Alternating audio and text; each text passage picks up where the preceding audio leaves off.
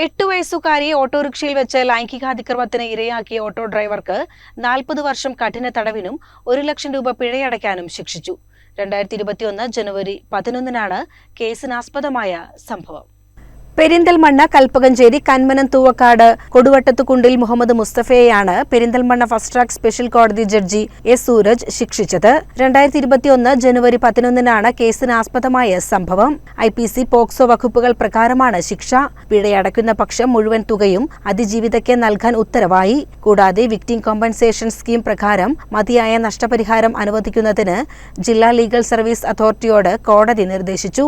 Perinthalmanna police ഇൻസ്പെക്ടറായിരുന്ന Sajin Sasi, CK നാസർ, Kalpakanchery inspector Riyas Raja, sub ഇൻസ്പെക്ടർമാരായ ഹേമലത, SK പ്രിയൻ എന്നിവരാണ് കേസന്വേഷണം പൂർത്തിയാക്കി കുറ്റപത്രം സമർപ്പിച്ചത്.